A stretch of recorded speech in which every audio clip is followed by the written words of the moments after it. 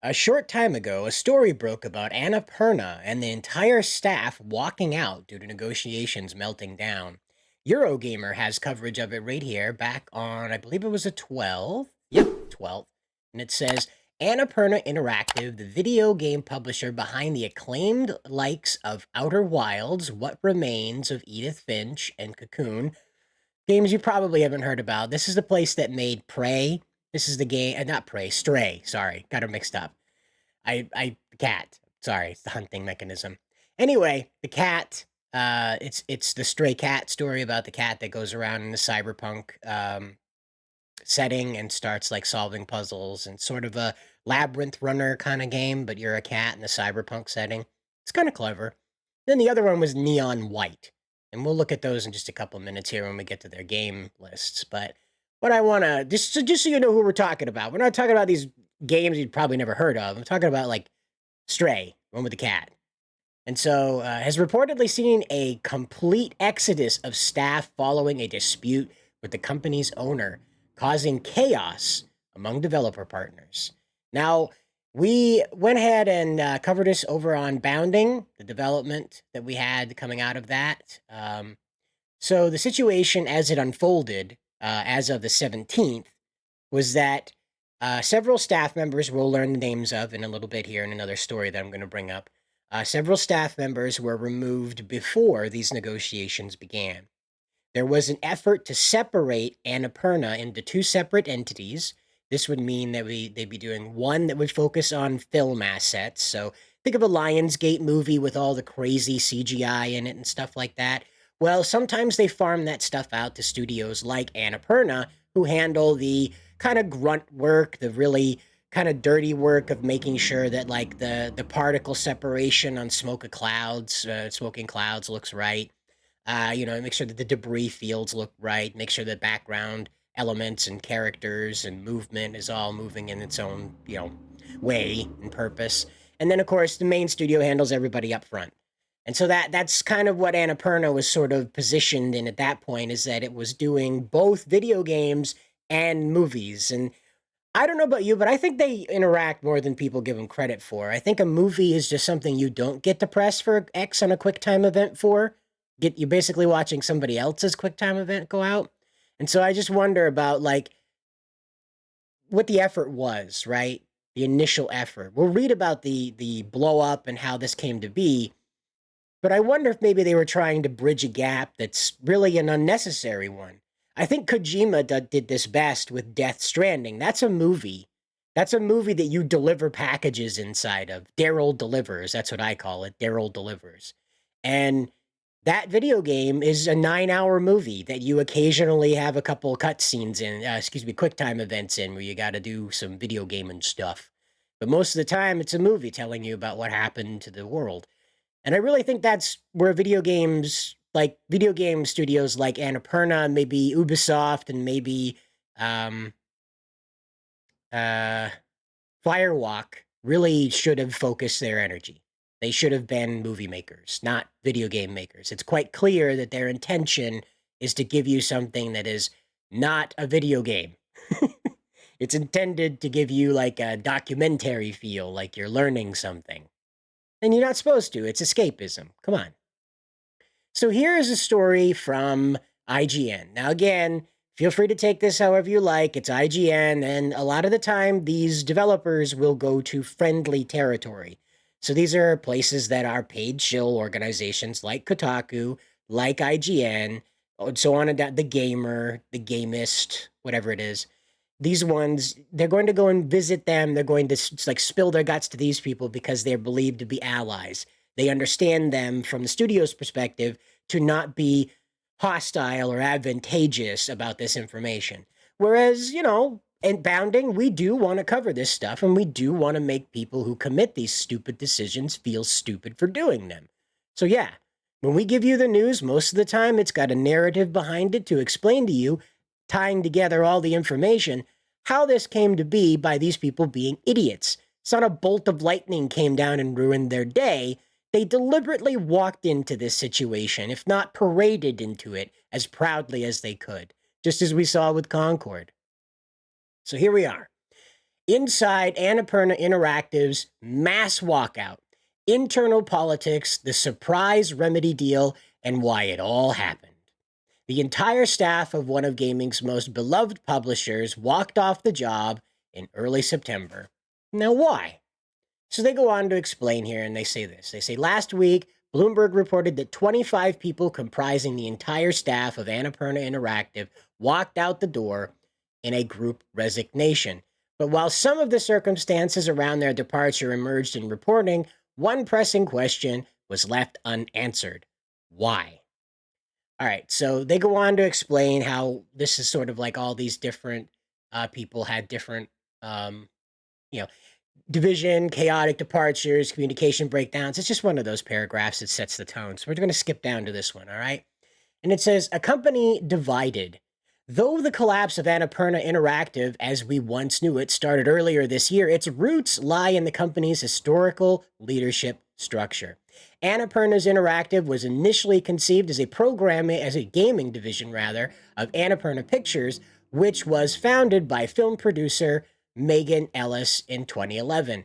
Annapurna Interactive itself was spun up in 2016, tapping staff of industry including former Sony creative director Nathan Gary, former Sony executive producer Deborah Mars, and former Sony producer Hector Sanchez for leadership roles. Sanchez left the company in 2019, and former Capybara Games co-founder Nathan Vella was brought on that same year.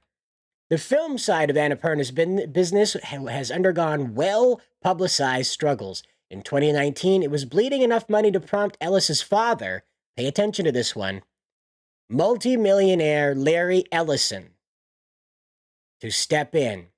By 2019, Annapurna Pictures was reportedly teetering on bankruptcy, and in the ensuing years, its film and TV output slowed significantly.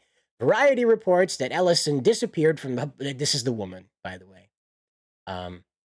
This is the lady that runs the studio, and I've misplaced Megan. Dear Megan. Meg. What do you know? Meg.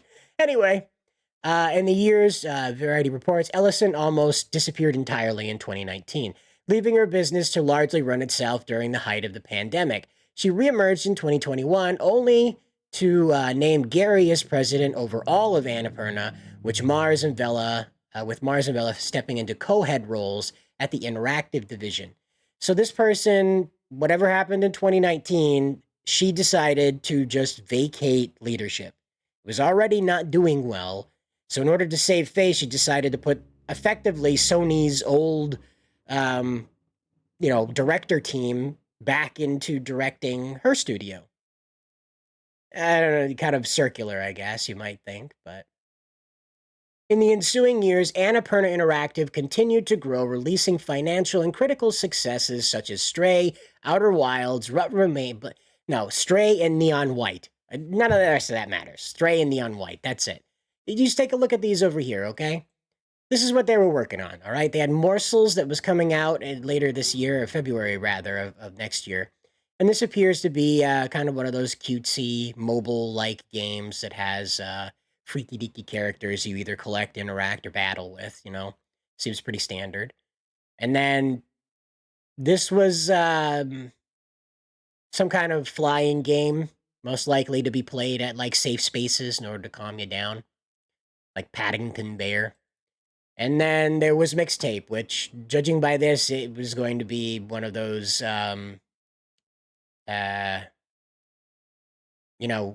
slice of life, multiple choice, Life is Strange kind of things, but without the time travel. Could have been with the time travel, though. Mixtape implies you're going to be crossing lines, but we'll scroll down here, and you might recognize some of these things. There's Blade Runner 2033 Labyrinth. I'm not sure. I've never seen this before.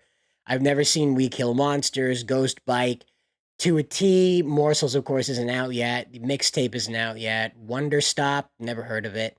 Bounty Star, Lushful Photography Sim, The Lost Wild, Forever Ago, Skin Deep, Flock. I don't think that one's out yet. Lorelei and the Laser Eyes, Open Roads. Thirsty Suitors. I've never even seen this before at all, ever. So I don't know. This Cocoon, again, never heard of it before. Mundon, Storyteller, Hindsight, Hohokum, nothing. And you get the Neon White and Stray finally. And Neon White is one you've probably seen a lot of art going around for. And it's kind of one of those I want to say that it took advantage of the Persona energy, I guess. It was a bit more uh Persona with guns, I guess, was a kind of a good way to put it. A little bit of Bleach mixed in there maybe. It again, it's hard to pin this stuff down because I didn't play the game. I was just a heavy fan of the aesthetic. I really enjoyed what it looked like. It's a stunning concept that they put out here visually. So, I don't think that Annapurna was like a complete hole in the wall. I mean, they put out Stray for goodness sakes, and that was a game where you played a cat and you went around and did cool stuff as a cat. So I can't blame them. That wasn't a bad idea, but man, everything else seems to have been a bad idea. So we'll go back over here. We'll see this, all right? While the company claims that Annapurna Pictures' side of the business hasn't struggled in recent years, saying that film and TV were more profitable than Annapurna Interactive in 2023, a spokesperson alleged to IGN that Mr. Gary was less than ideal. That Gary was less than ideal steward of Annapurna Pictures. Under his guidance, they claim, this insider says, resources were pulled away from film and TV, key executives were pushed out, and the company was largely refocused on gaming. Wow. Painful, huh? Annapurna tells IGN that Gary also elevated co-founder James Massey to chief administrative officer, a role the spokesperson suggested was unnecessary at a company of Annapurna's size. And it's true. Their maximum like staff size fits on a bus. I think it's okay. You don't really need a chief administrative officer there, but oh well. And notably, Annapurna did launch an animation division under Gary's tenure. That released the critically acclaimed film Nimona just last year. Though Annapurna Pictures spokesperson reached out to IGN post publication with the assertion that it was Ellison who brought Nimona as the foundation for what would become the animation division. IGN has reached out to Gary, but he declined to comment. It's Mr. Gary. His last name is Gary. Not just calling it, just bro, my Gary, my bro. My bro over here. So we'll skip down here. What was intended to happen, right, was the company was intended to split in half. So one would become Verset, and this would be focused on their video production, their film production, and the other would remain Annapurna Interactive, which had given us, Neon White and Stray. So this is what we had here. They have the adverset effects. Ahaha, adverse effects, get it? Very funny, very clever. This was the state of things at the start of 2024. According to our sources, prior to March of this year, work at Annapurna Interactive was business as usual, they say, until employees were suddenly informed mid-month that James Massey had been unexpectedly let go. This was a fellow that was pushed up into his very special role for a tiny company. And Annapurna spokesperson informed Massey was made redundant, saying that Ellison had chosen to step back in at the company and oversee the Annapurna Pictures side again in an effort to reinvest in the film and TV side of the business, which again, as we heard about, Mr. Gary, the guy that used to work for Sony, had kind of let fall to the wayside. As a part of this, Annapurna claims that Ellison reinstalled Gary as head of Interactive and deemed Massey's role unnecessary. However, at this time, Gary also left the company. So again, so much chaos. You don't want me, you can't have me. Bye. Well, I want you back. You can't have me. That kind of thing. Annapurna claims he left of his own accord in response to Massey's firing and his change in role. But sources say employees were told in the following days by leadership within Annapurna Interactive that Gary had been fired, along with Massey. The belief that two of their leaders had been fired seemingly out of the blue sparked confusion and fury, and a handful of individuals quit in protest, including at least one other interactive leader. So they're not ready to name names yet about who all jumped ship at that time, but it was pretty clear that if you disagreed with Ellison Or if you wanted to focus on gaming, yeah, you were going to get sent the door, sent out to the door, put on a rail, if you will. The sudden resignation of multiple key individuals came as a shock to the company, and IGN understands that Ellison held a video call with Annapurna employees to discuss what had happened and find a way to move forward. On the call, Ellison allegedly expressed that a desire to keep the entire group, including those who had been fired or resigned, together. In the following days, all the departed staff returned, including Mr. Gary and Mr. Massey, and discussions began for potential spinoff of the company that would allow Gary and Ellison to achieve their respective visions with minimal disruptions to partner developers. Because again, this is they work with other companies to fill out their work, right? So you have, like I said before, you have all that heavy lifting, all that dirty work in the background that needs to get taken care of, and it bogs down production on the flashy stuff that's in the foreground. So this is what Annapurna was supposed to be up to rather than fighting themselves. Roughly, the plan was for Gary and the Annapurna Interactive staff to become a new company called Verset, with ownership split between Annapurna and Verset's leaders. Verset would oversee all currently existing signed Annapurna Interactive projects, with revenue split between itself and Annapurna proper in Annapurna's favor. So I misunderstood that. So Verset would become the video game maker. My apologies, I had it backwards. It would also be free to sign its own independent deals. Developers IGN spoke to report being made aware of the spinoff happening in the following months and were assured their contracts would be fulfilled. I don't know, folks. I don't know. While employees understood that such a venture would take time to get off the ground, in the ensuing months, a number of events occurred that made some skeptical of Ellison's commitment to parting with Annapurna Interactive. In early summer, sources tell us that the employees discovered Hector Sanchez had been quietly rehired back at Annapurna by Ellison and was working on gaming projects without the knowledge of the rest of the staff. The news wasn't made official until August that Sanchez had been appointed the president of the Interactive and New Media at Annapurna, a title that seemed to some as potentially at odds with Vela and Mars's roles at Interactive. So again, they hadn't split the company and they just started, reorganizing the staff of this company into what they wanted it to be in the future without taking care of what it is right now. You see the problem when you just hire people, put them in important positions, and then don't tell the staff that you did that?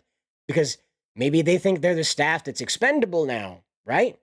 It's a small group of people. It's not like they're going to feel vulnerable, right? Small group of people. Annapurna, for its parts, claims that talks between Ellison and Sanchez began as far back as February for Ellison to fund a new venture Sanchez was planning after departing Epic Games, all right? As talks continued, Annapurna says Sanchez began negotiating with Remedy Entertainment for a deal related to film and TV spin-offs of its properties. All right, so this would mean like Neon White would get an anime. This would mean that Stray would get like a Netflix series, that kind of thing. However, when spin-off negotiations began to crystallize at Annapurna Interactive, Ellison offered Sanchez a position at Annapurna.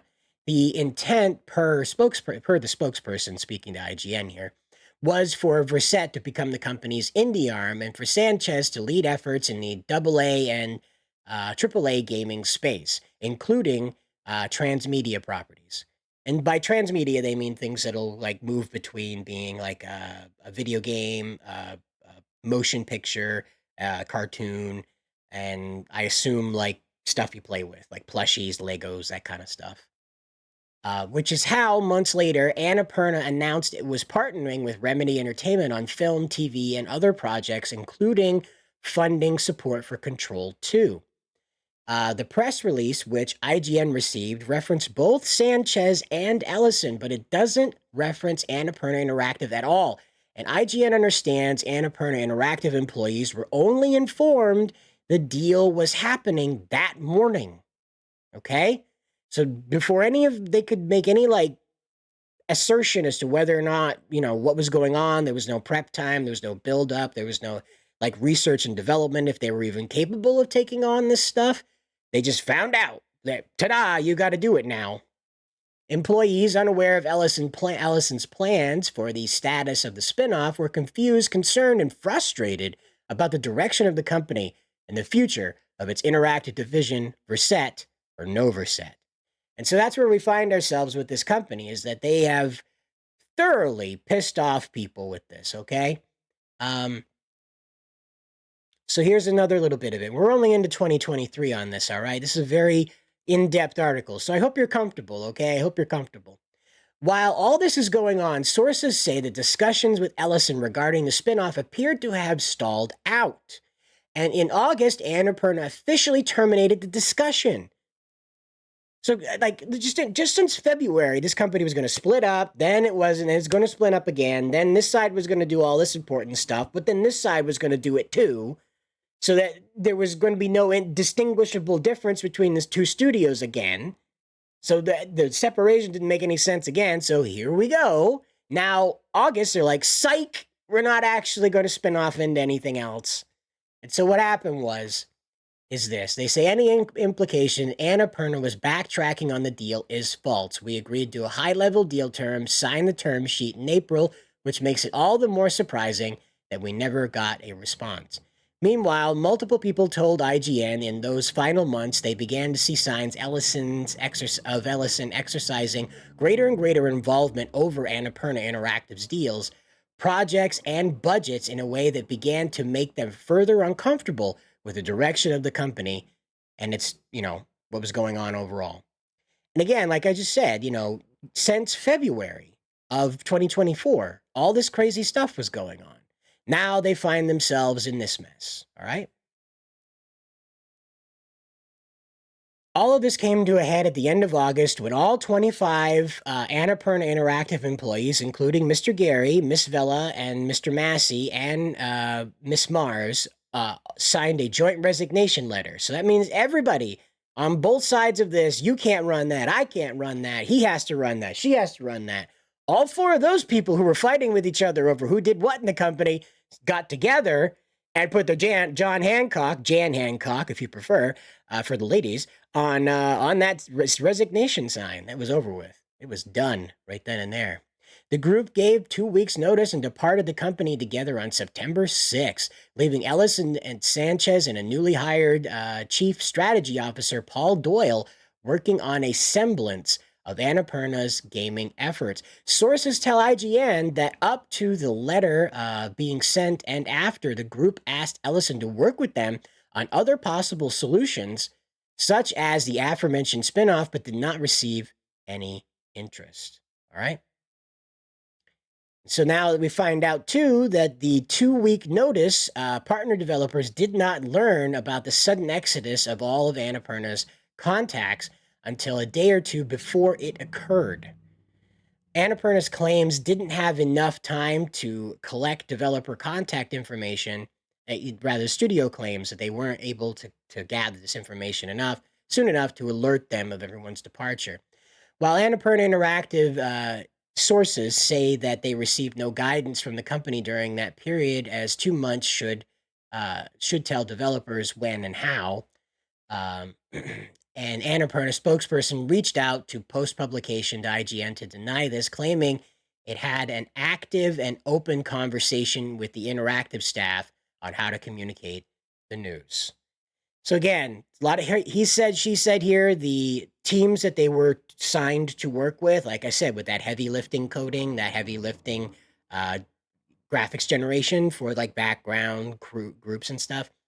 These people say that they didn't receive any notification that the studio was cracking up and that production was not the top of their list right now.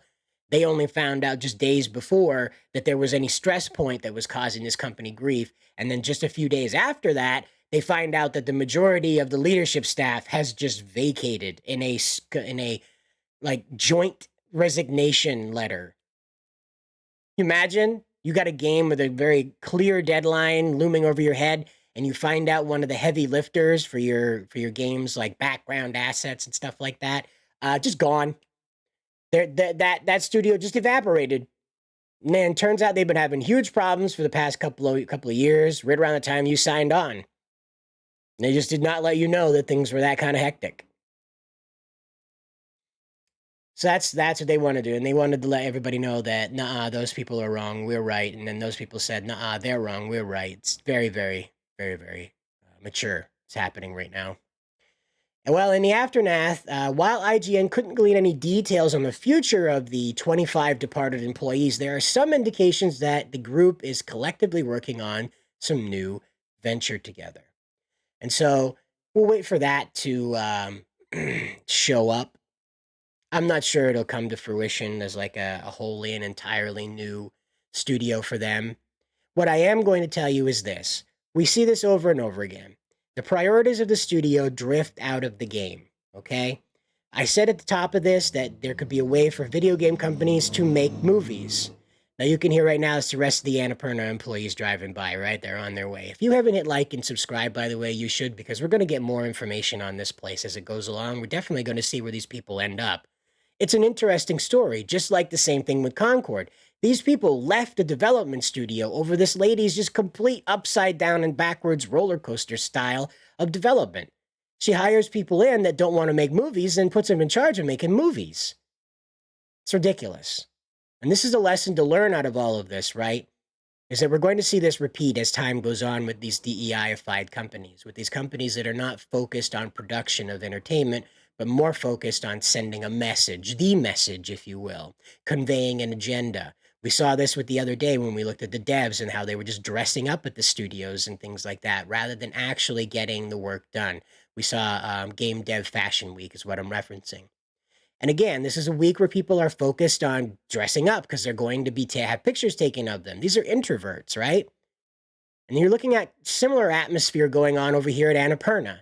Annapurna decided one day that they were going to be focusing on the internal politics of their production rather than simply putting out a game.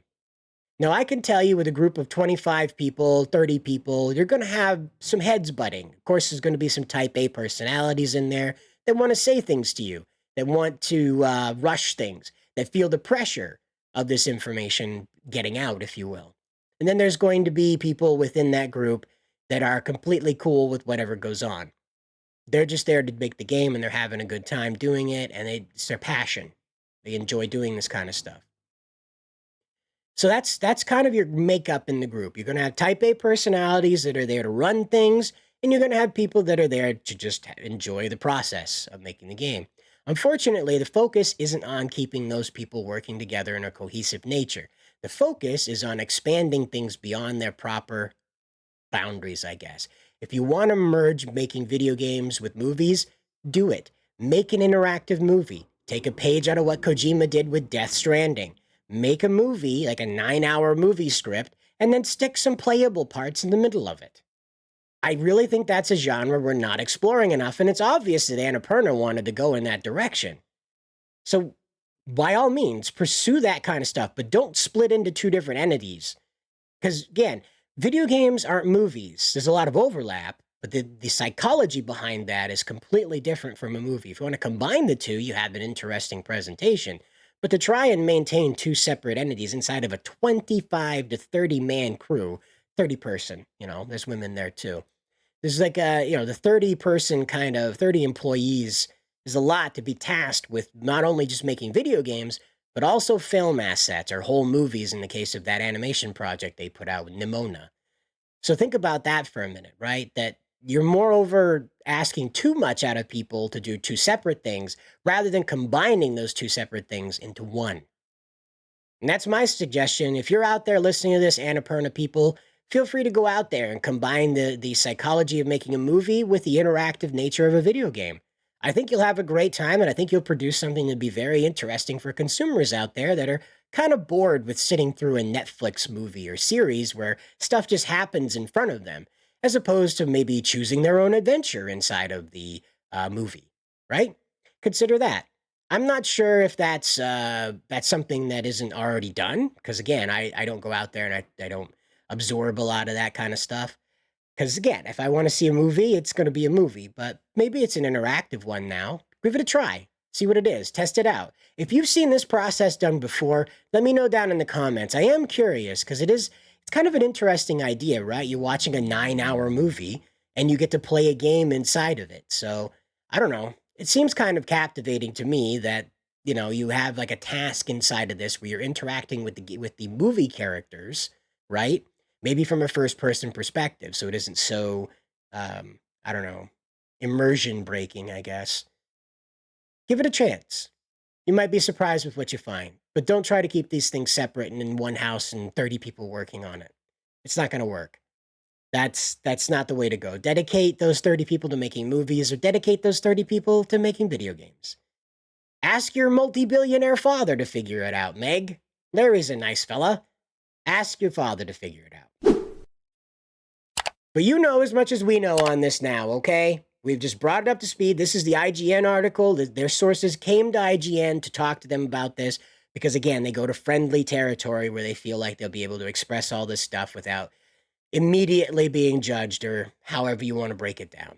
These are sources that these companies that are, of course, infested with DEI and leftist ideology, they come here and they want to talk to these groups because IGN presents itself as being likewise inundated with such attitudes. Friendly territory, just how it goes. But until the next one, guys, good luck out there.